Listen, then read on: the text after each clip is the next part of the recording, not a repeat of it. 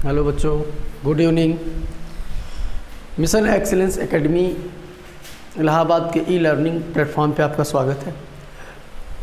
देखिए, जहाँ तक हमने पिछली क्लास में पढ़ी थी, क्लास 11th का जो हम लोग स्टार्ट किए थे, motion in a straight line.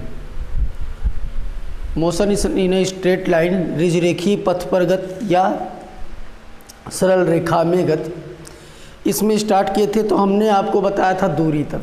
दूरी क्या है कि दूरी को परिभाषित अगर करना हो तो कैसे करेंगे कि किसी वस्तु द्वारा तय किए गए पथ की लंबाई को दूरी कहते हैं। यह कैसी राशि होती है? अदिश राशि होती है। आप किसी भी दिशा में जा सकते हैं, दूरी तो तय कर ही रहे हैं। और इसका मात्रक MKS में मीटर, CGS में सेंटीमीटर होता है, ये भी बताया था हमने।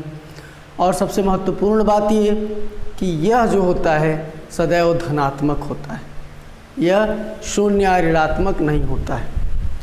जैसे कि हम यहाँ से चलना प्रारंभ किए, यहाँ से चलना प्रारंभ किए, यहाँ से चलना प्रारंभ किए, 5 किलोमीटर गए, फिर उसके बाद में इधर चले गए, यहाँ तक आ गए। यहाँ O से चलना प्रारंभ किए, A तक 5 किलोमीटर, फिर A से B तक गए, ये 6 किलोमीटर है। फिर यहाँ तक गए, ये मान लो 4 किलोमीटर है C तक। फिर यहाँ से आ गए यहाँ तक, फिर यहीं पर आ गए, ये मान लो 6 किलोमीटर है। फिर तो अगर दूरी की बात की जाए तो सभी दूरियाँ क्या हो जाएंगी? जुड़ जाएंगी। दूरी बराबर जो होगा हमारा 5 धन 6 धन 4 धन 6 जो हो जाएगा, जोड़ देंगे, क्या हो जाएगा? 6 5 11 4 15 15 6 21 किलोमीटर हमने दूरी तय किया। अब ये नहीं है कि हमने यहाँ से यहाँ तक फिर उल्टा आ गया तो दूरी नहीं तय करेंगे। या अगर हम A से B तक दूरी तय किए, A से B तक दूरी तय किया हमने, कितने किलोमीटर? मान लो 10 किलोमीटर दूरी तय किया। अब B से यहाँ तक दूरी, B से अपोजिट डायरेक्शन में यहाँ तक दूरी जब तय किया, मान लो यहाँ तक तय किया 5 किलोमीटर, तो कुल दूरी 10 ये गया, 5 ये गया, कितना हो जाएगा? 15 किलोमीटर होगा। ये नहीं कि उल्टा आ रहे हैं तो घटा देंगे, कभी घटेगा? अरे भाई, आप अपने घर से विद्यालय के लिए निकलिए तो घर से विद्यालय की दूरी 10 किलोमीटर, फिर विद्यालय से घर चले आइए तो दूरी 10 किलोमीटर, तो आपने कुल कितनी दूरी तय की? 0 नहीं। अरे भाई, आपके पास 2 व्हीलर या 4 व्हीलर होगी, उसमें जो स्पीडोमीटर होता है वो आपकी पूरी दूरी बताता है कि आप 10 गए 10 आए, कुल 20 किलोमीटर की दूरी आपने तय किया। तो दूरी क्या हो रही है? जुड़ रही है, कभी भी घटती नहीं। तो किसी वस्तु द्वारा तय किए गए मार्ग कहिए, चाहे पथ कहिए, चाहे रास्ता कहिए, तो किसी वस्तु द्वारा तय किए गए मार्ग की लंबाई को दूरी कहते हैं। ठीक, इसे कैपिटल D से या स्मॉल s से डजंट मैटर, ये मतलब नहीं रखता है, किसी से भी आप दर्शा सकते हैं, लेकिन या तो S लिखते हैं या फिर हम कैपिटल D से लिख देते हैं। अब बात करते हैं हम किसकी? विस्थापन की। विस्थापन क्या होता है? दूरी समझ में आ गया होगा कि किसी वस्तु द्वारा तय किए गए पथ की लंबाई को दूरी कहते हैं। यह अदिश राशि है, इसका MKS पद्धति में मात्रक मीटर होता है और यह सदैव धनात्मक होती है। अब बात करते हैं हम विस्थापन, डिस्प्लेसमेंट की, विस्थापन की।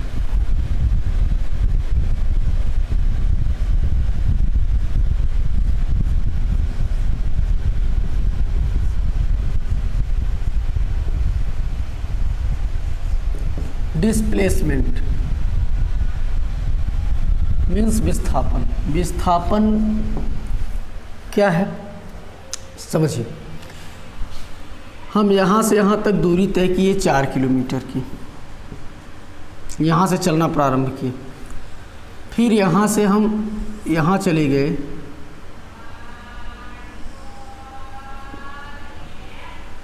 मान लो यहाँ तक आ गए, दूरी तय किया 3 किलोमीटर। कुल दूरी हमने कितना तय किया? 4 और 3 7 किलोमीटर की।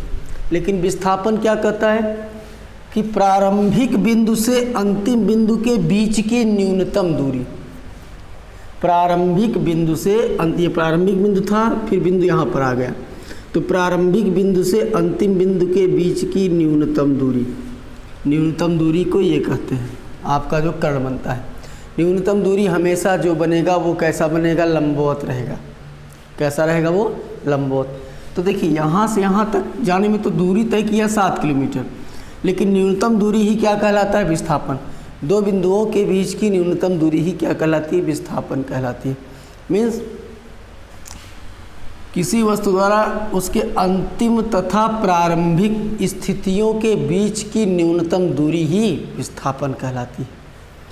अब ये एक पाइथागोरस प्रमेय नहीं बन गया, पता नहीं क्या था, नाम दे दो, ए बी सी नाम दे दिए, तो ए सी क्या हो जाएगा, A C square equal A B square plus B C square, Pythagoras प्रमेय लगा दिए। A C square equal A B आपका मिला है कितना, 3 का वर्ग 9, बी सी 4 का वर्ग 16, तो ए सी बराबर 16 9 25, वर्ग हटाएंगे करनी लगेगा, ए सी बराबर मिल गया 5 किलोमीटर। तो ये कितना विस्थापन हुआ, दूरी जो आपको मिली वो मिली 4 धन 3 बराबर 7 किलोमीटर। क्या मिली, दूरी, डिस्टेंस, और डिस्प्लेसमेंट को हम स्मॉल डी लिख देते हैं। डिस्प्लेसमेंट कितना मिला, 5 किलोमीटर मिला। तो इससे ये क्लियर हो रहा है कि दूरी जुड़ रही है, लेकिन विस्थापन आपका शून्य हो सकता है, घट सकता है, ठीक है, लेकिन दूरी से कभी भी बड़ा नहीं होगा। दूरी के बराबर या दूरी से छोटा होगा, लेकिन दूरी से कभी भी बड़ा नहीं होगा। क्या, विस्थापन। जैसे हम एक सरल रेखा में बात करें, ए से बी तक की हमने दूरी तय की 10 किलोमीटर, ए से बी तक 10 किलोमीटर दूरी तय की। अब बी से हम यहाँ तक चले आए, मान लो हम दूरी तय किए 3 किलोमीटर, बी से ए की ओर, बी से ए की ओर हम दूरी तय किए 3 किलोमीटर।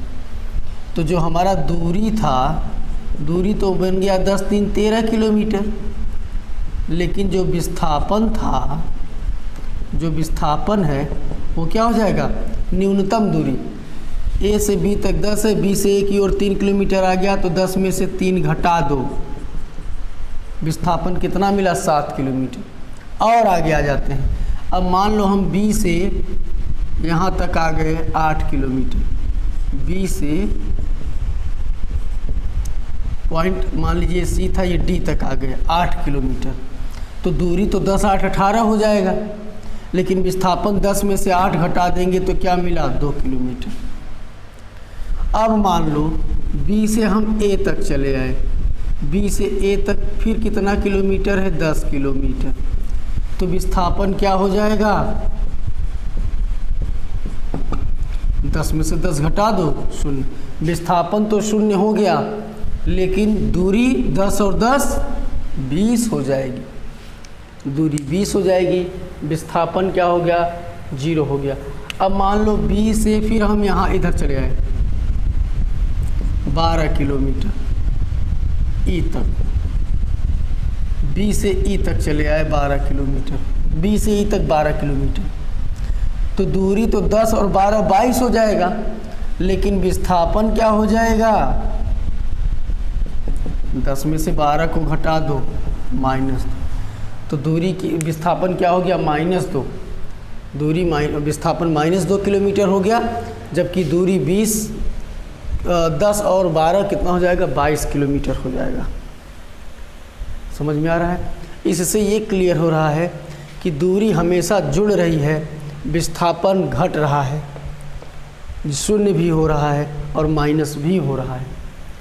तो विस्थापन को जोड़ा घटाया जा सकता है, लेकिन दूरी हमेशा जुड़ती है। विस्थापन आपका क्या होगा, 0 अथवा ऋणात्मक होगी, लेकिन दूरी कभी भी 0 अथवा ऋणात्मक नहीं होगी, सदैव क्या होगी, धनात्मक होगी।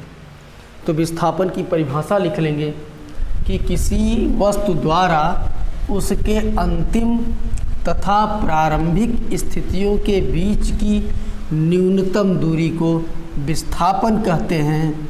इसे स्मॉल डी से प्रदर्शित करते हैं।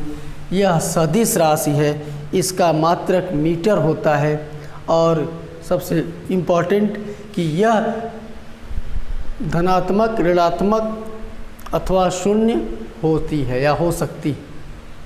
क्लियर हो गया? यह धनात्मक होती, ऋणात्मक होती अथवा शून्य हो सकती। ठीक है। जो दूरी होता है, लिख दें परिभाषा, क्या लिख दें?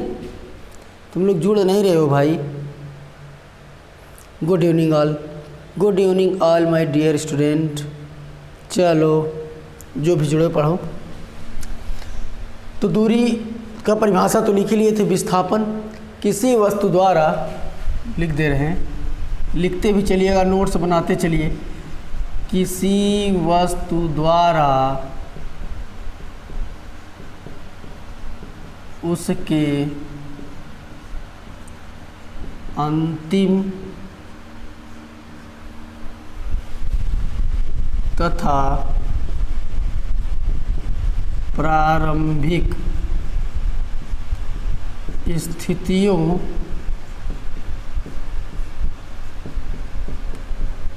के बीच की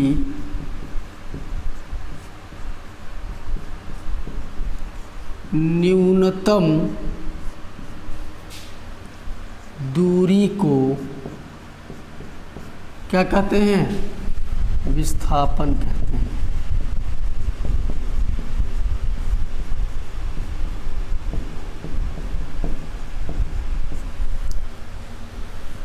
इसे डी, स्मॉल डी दे दो, डी से प्रदर्शित करते हैं। इसका मात्रक मीटर,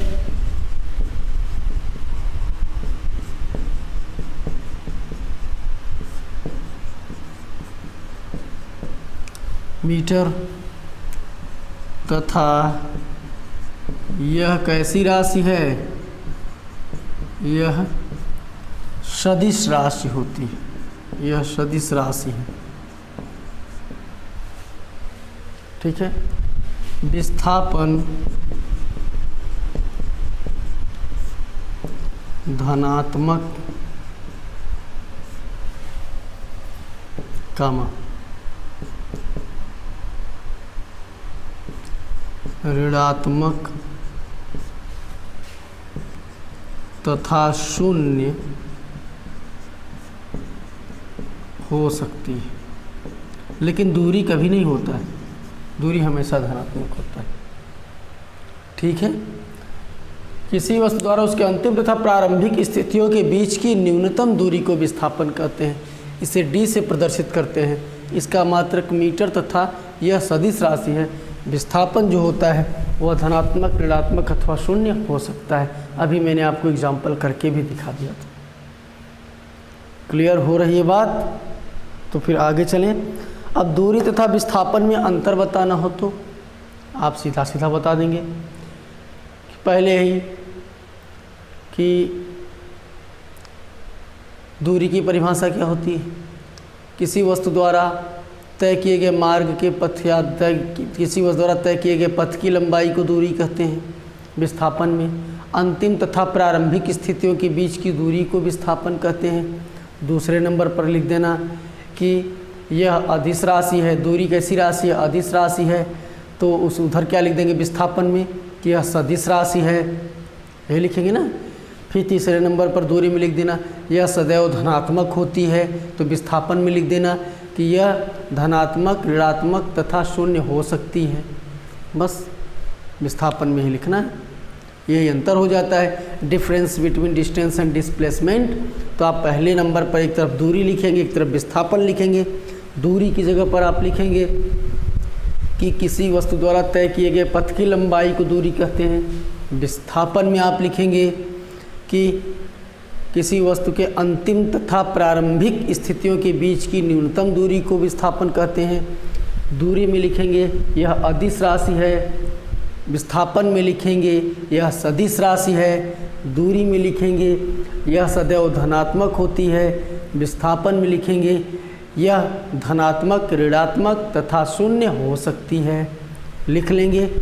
वीडियो रोक के जो मैं बोला हूँ उसको लिख लीजिएगा, अगर याद रहेगा तो भी ठीक है। आगे चलते हैं हम किस पर, चाल पर। चाल क्या है, बड़ा ब्रीफली पढ़ेंगे चाल। चाल क्या है पढ़ते हैं, स्क्रीनशॉट ले ही लिया होगा आप लोगों ने। चाल देख लेते हैं क्या होती है।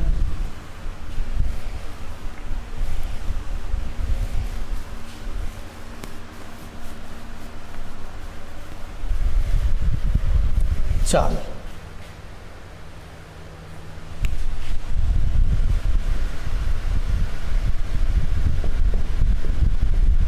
चाल को इंग्लिश में कहते हैं स्पीड।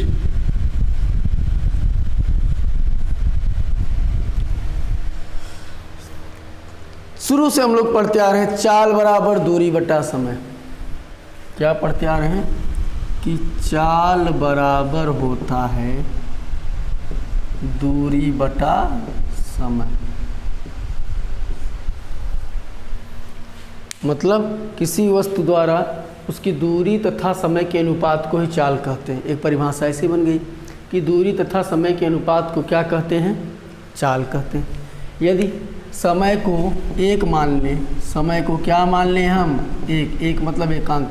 अब एक चाहे आप मिनट मानिए, चाहे एक सेकंड मानिए, चाहे एक घंटा मानिए, चाहे एक महीना मानिए, चाहे एक साल मानिए, ठीक है। मतलब एक महीने में चली गई दूरी, एक घंटे में चली गई दूरी, एक मिनट में चली गई दूरी, एक साल में चली गई दूरी। तो अगर समय को एक मान लें तो चाल बराबर क्या हो जाएगा, दूरी बटा एक। दूरी बटा एक होगा, एक लिखे या ना लिखे, या दूरी बटा एक लिखना चाहो लिख दो। तो क्या क्लियर हो रहा है कि एकांक समय में चली गई दूरी को चाल कहते हैं। आपका एक परिभाषा और बन गया कि एकांक समय में चली गई दूरी को चाल कहते हैं। किसी वस्तु द्वारा एकांक समय में चली गई दूरी को चाल कहते हैं। तो परिभाषा आपको समझ में आ गया होगा कि किसी वस्तु द्वारा एकांक समय में चली गई दूरी को चाल कहते हैं। परिभाषा लिख लीजिए कि किसी वस्तु द्वारा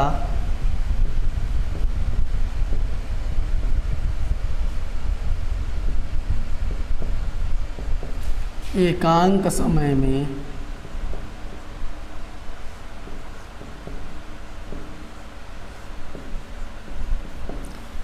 चली गई दूरी को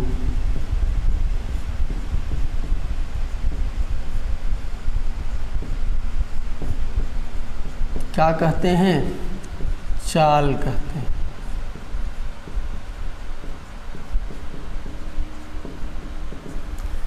किसी वस्तु द्वारा एकांक समय में चली गई दूरी को चाल कहते हैं। इसे काहे से प्रदर्शित करते हैं, इसे v से प्रदर्शित करते हैं। इसका जो मात्रक होता है, पहले नंबर पर लिख लीजिएगा, इसका मात्रक एमकेएस प्रणाली में जो होता है मीटर होता है, और सीजीएस प्रणाली में जो होता है वो सेंटीमीटर होता है, मीटर है। दूसरे नंबर पर लिख दीजिएगा कि यह कैसी राशि है, यह एक अदिश राशि है। यह एक अदिश राशि है क्योंकि दूरी के साथ जुड़ा है। तीसरे नंबर पर आप लिख सकते हैं कि इसकी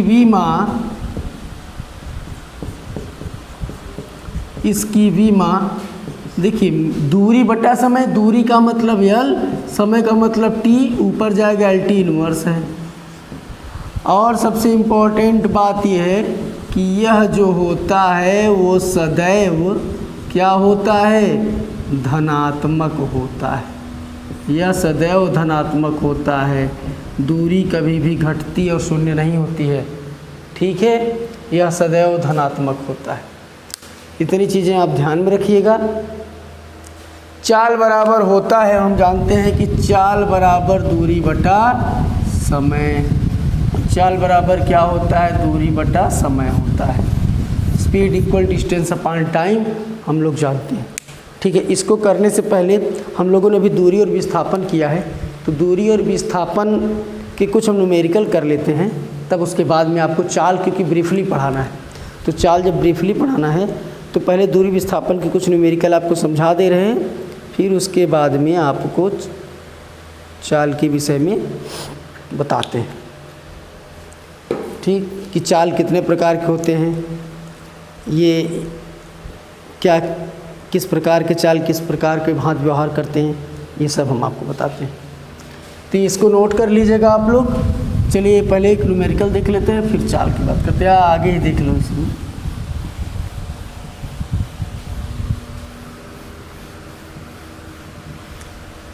जैसे एक न्यूमेरिकल है, दूरी और विस्थापन के लिए न्यूमेरिकल है ये।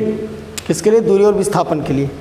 कि कोई लड़का है, एक क्वेश्चन है, बहुत ध्यान समझिएगा, कि कोई लड़का है वो 6 किलोमीटर जो है 6 किलोमीटर जा रहा है वो पूरब की ओर। 6 किलोमीटर वो पूरब जा रहा है, पूर्व दिशा में। फिर वो 4 किलोमीटर उत्तर दिशा में चला गया, 4 किलोमीटर उत्तर दिशा में गया। उसके बाद वो 3 किलोमीटर पश्चिम में चला गया। तो लड़के द्वारा तय की गई दूरी और विस्थापन बताना है। लड़के द्वारा तय की गई दूरी और विस्थापन हमको बताना है। सवाल आप लिख सकते हैं कि एक लड़का एक नियत स्थान से 6 किलोमीटर पूर्व की ओर, उसके बाद 4 किलोमीटर उत्तर की ओर, तत्पश्चात 3 किलोमीटर पश्चिम की ओर जाता है। तो लड़के द्वारा तय की गई दूरी तथा विस्थापन बताइए। फिर से समझा देते हैं या फिर से सवाल बोल देते हैं कि एक लड़का, सब लोग जुड़ते रहे भैया, सवाल लिखना हो तो लिख सकते हैं कि एक लड़का एक स्थान से चलना प्रारंभ करता है। 6 किलोमीटर जाने के बाद वह 6 किलोमीटर पूरब की ओर जाने के बाद वह 4 किलोमीटर उत्तर की ओर जाता है तथा 3 किलोमीटर पश्चिम की ओर जाकर रुक जाता है। तो बताइए लड़के द्वारा तय की गई दूरी क्या होगी और विस्थापन भी बताइए। फिर से सवाल समझिए कि एक लड़का 6 किलोमीटर पूरब की ओर, कामा लगाइए, 4 किलोमीटर उत्तर की ओर तथा 3 किलोमीटर पश्चिम की ओर जाकर रुक जाता है। तो लड़के द्वारा तय की गई दूरी तथा विस्थापन ज्ञात कीजिए। तो यह ज्ञात करना है। हमेशा ध्यान दीजिएगा कि जब हम अपनी नोटबुक में दिशाओं को बैठाएंगे तो ये जानिए कि हमेशा जब नोटबुक में जो दाहिनी ओर रहेगा उसको केवल क्या लिख देना? पूर्व दिशा। तो उसके जस्ट अपोजिट पश्चिम ही होगा ना, ये पश्चिम बना देना। ये ऊपर वाला बना देना उत्तर नॉर्थ, नीचे वाला बना देना दक्षिण साउथ। इसी को लेकर हम इसको रखते हैं कि सबसे पहले लड़का 6 किलोमीटर किधर गया? 6 किलोमीटर गया, यहाँ से यहाँ तक गया वो 6 किलोमीटर। किस दिशा में गया है? पूरब। देखो पूरब जा रहा है ना, यहाँ से पूरब जा रहा है। ये 6 किलोमीटर लड़का गया, यहाँ से यहाँ तक की दूरी। मान लो ये ए था, ये बी था। अब ये बी से फिर 4 किलोमीटर उत्तर की ओर, ये लड़का 4 किलोमीटर जो है वो उत्तर की ओर गया, 4 किलोमीटर उत्तर की ओर चला गया, सी मान लो। अब उसके बाद वो 3 किलोमीटर पश्चिम की ओर, 3 किलोमीटर वो पश्चिम की ओर आ गया, यहाँ आ गया, इसको डी मान लो। 3 किलोमीटर आया है। तो बताना है दूरी, तय की गई दूरी। दूरी क्या होगी? सब दूरियों को जोड़ दो। तो तय की गई दूरी क्या होगी? तय की गई दूरी बराबर 6 4 10 3 13, 6 धन 4 धन 3 बराबर 13 किलोमीटर। लड़का 13 किलोमीटर की दूरी तय कर रहा है। विस्थापन बताना है इसका। तो विस्थापन में आप ही सोचिए कि विस्थापन क्या होता है कि जिस बिंदु से चला है और अंतिम बिंदु के बीच की न्यूनतम दूरी, मतलब यहाँ से यहाँ की दूरी पता करना है, ए से डी की दूरी पता करना है। तो ए से डी की दूरी पता करने के लिए ये बताइए अगर ये 4 किलोमीटर है, ये नाम दे दो ई, अगर ये 4 किलोमीटर है तो ये भी 4 किलोमीटर होगा। अगर ये 4 है BC तो DE भी तो 4 किलोमीटर होगा। DC 3 किलोमीटर है तो EB भी क्या होगी, 3 किलोमीटर होगी। अब 6 किलोमीटर पूरा है, BE 3 किलोमीटर है तो AE क्या हो जाएगा, 6 में से 3 को घटाओगे तो ये भी तो 3 किलोमीटर ही आएगा। हमको पता करना है AD। अब AD पता करने के लिए हमको लंब मिल गया 4, आधार मिल गया 3, कर्ण पता करना है, पाइथागोरस का प्रमेय लगा। तो विस्थापन बराबर, यहाँ लिखना विस्थापन क्या है, AD है ना, विस्थापन AD बराबर अंडर रूट लगा देना, लंब का वर्ग 4 का वर्ग 16 धन आधार का वर्ग 3 का वर्ग 9, AD बराबर हो गया 16 और 9 25, AD बराबर मिल गया 5 किलोमीटर। तो AD बराबर मिल गया 5 किलोमीटर। क्लियर हुई? कुछ नहीं था। विस्थापन जहाँ से चला और जहाँ रुका उन दोनों के बीच की न्यूनतम दूरी ना, सॉरी, और तय की गई दूरी तो कुल दूरी जोड़ लेंगे, कुल दूरियों के योग ही तय की गई दूरी होती है। विस्थापन जहाँ से चला है जहाँ तक रुक गया, प्रारंभिक दूरी और अंतिम दूरी के बीच की दूरी जो होगी वो विस्थापन कहलाती है। ठीक है, सवाल समझ में आ गया होगा आपको। ये सवाल लिख लीजिएगा कि एक लड़का 6 किलोमीटर पूरब की ओर जाने के पश्चात 4 किलोमीटर उत्तर की ओर जाता है, फिर 3 किलोमीटर पश्चिम की ओर मुड़ जाता है। तो बताइए लड़के द्वारा तय की गई दूरी तथा विस्थापन क्या होगी। ठीक है, समझ में आ गया होगा, कुछ था नहीं। आगे देख लेते हैं सवाल। जैसे अगला सवाल ये है कि एक वृत्ताकार पथ पर, एक वृत्ताकार पथ जिसका व्यास 14 सेंटीमीटर है, एक वृत्ताकार पथ जिसका व्यास 14 सेंटीमीटर है को किसी एक बिंदु से पूरा एक चक्कर लगाने में तय की गई दूरी तथा विस्थापन ज्ञात कीजिए।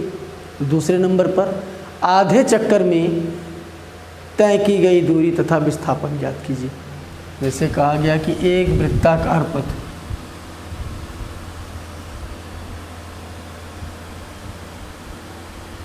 एक वृत्ताकार पथ जिसका व्यास दिया है 14 सेंटीमीटर, व्यास कितना है 14 मीटर, तो त्रिज्या क्या हो जाएगी, त्रिज्या व्यास का क्या होता है आधा, तो 7 मीटर मिल गया हमको त्रिज्या। त्रिज्या को ही क्या कहते हैं आर, ये त्रिज्या है आपका आर। वस्तु यहाँ पर है, कोई भी यहाँ क्या रखी है वस्तु, या कोई लड़का है या कोई वस्तु, यहाँ से इसको पूरा एक चक्कर लगाने में कुल कितनी दूरी तय करेगा। एक चक्कर का मतलब यहाँ से चले फिर यहीं पहुँच जाए तो एक चक्कर हो जाएगा ना। क्या है ये वृत्त, तो वृत्त की सवाल क्या था कि एक वृत्ताकार पथ पर किसी वस्तु को एक चक्कर लगाने में तय की गई दूरी तथा विस्थापन ज्ञात कीजिए, और आधे चक्कर लगाने में तय की गई दूरी और विस्थापन ज्ञात कीजिए। एक वृत्ताकार पथ जिसका व्यास 14 सेंटीमीटर है को एक चक्कर लगाने में तय की गई दूरी तथा विस्थापन ज्ञात कीजिए, तथा आधे चक्कर लगाने में तय की गई दूरी तथा विस्थापन ज्ञात कीजिए। एक वृत्ताकार पथ जिसका व्यास 14 मीटर है,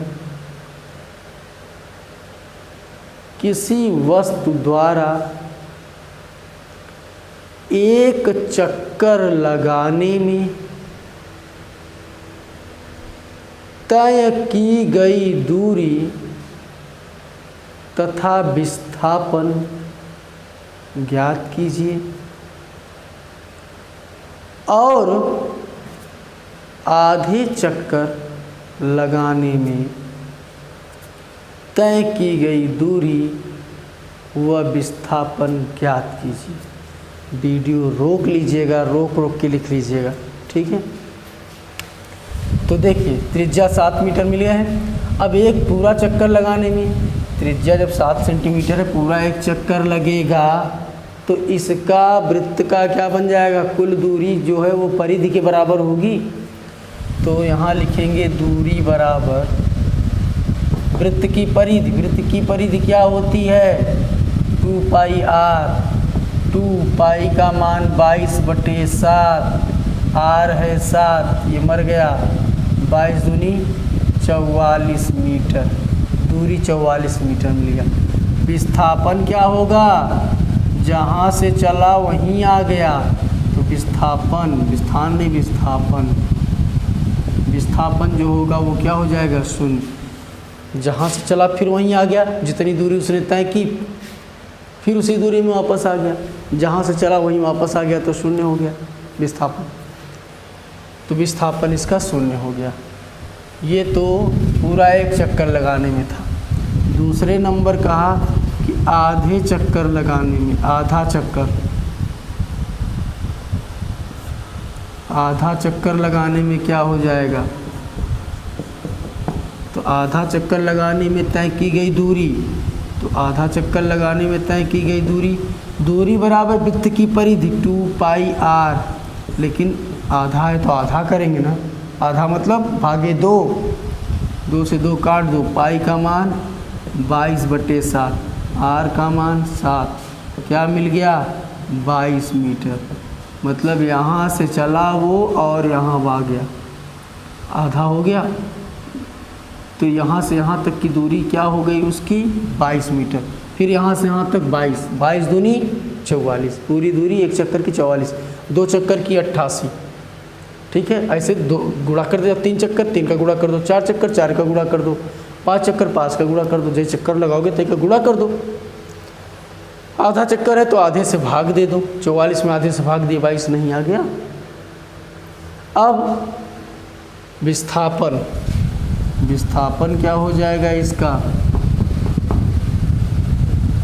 ये दूसरा सवाल है।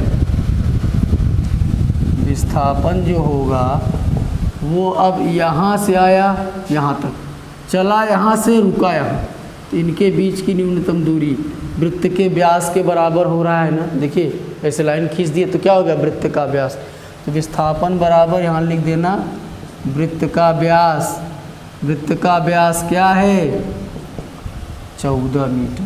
तो विस्थापन कितना हो गया 14 मीटर। विस्थापन इसका 14 मीटर हो गया, वृत्त का व्यास के बराबर, तो 14 मीटर विस्थापन हुआ। दूरी हुआ 22 मीटर। कब, जब वो आधा चक्कर लगाया तब, पूरा चक्कर लगाया तो 44, और विस्थापन जहाँ से चला फिर वहीं पहुँच गया तो शून्य हो गया, ठीक है।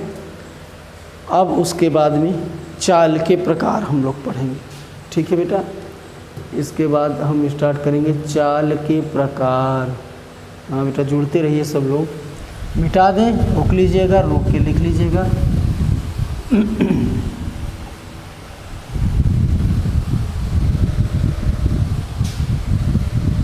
देखिए बताए हैं कि चाल हमको बड़ा ब्रीफ में पढ़ना है, इसलिए चाल के प्रकार देख लो।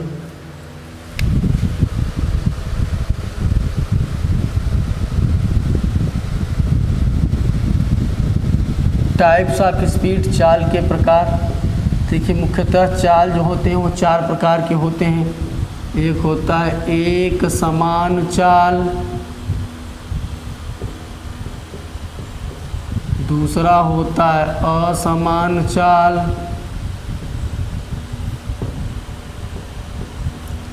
तीसरा होता है औसत चाल,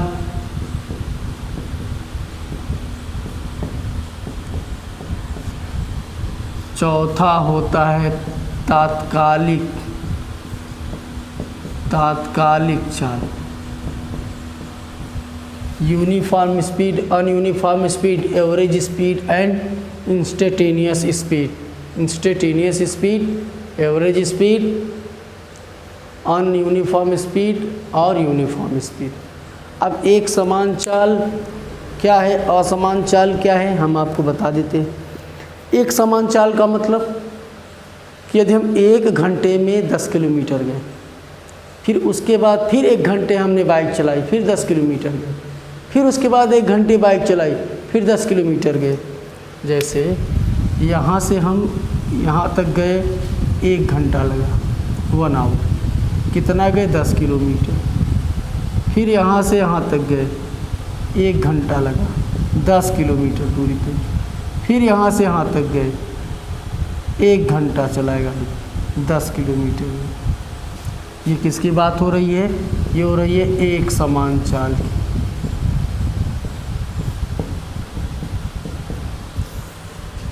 तो हर 1 घंटा पर मैं 10-10 किलोमीटर जा रहा हूँ, तो एक निश्चित समय है ना सभी के 1 घंटा, और एक निश्चित दूरी है।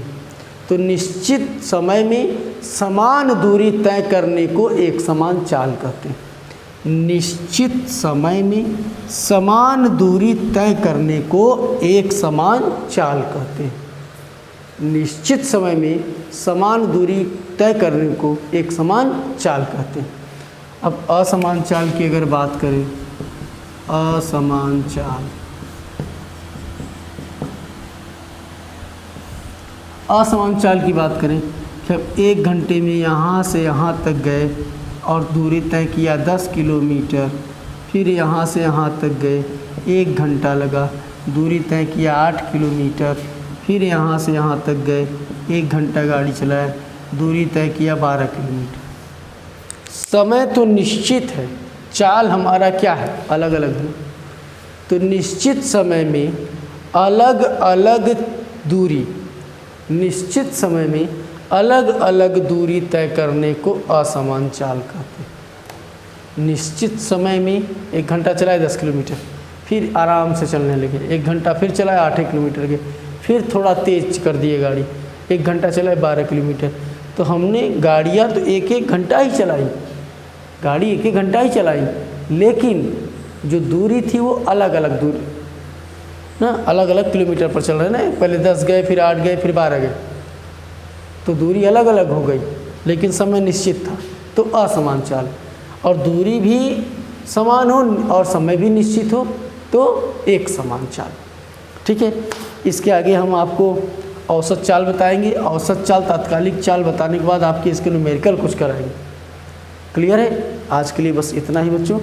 अगर वीडियो अच्छी लगी हो तो इसको लाइक, शेयर और कमेंट ज़रूर कर देना बेटा, और जो नए बच्चे हैं वो ज़रूर सब्सक्राइब कर देंगे। Good night.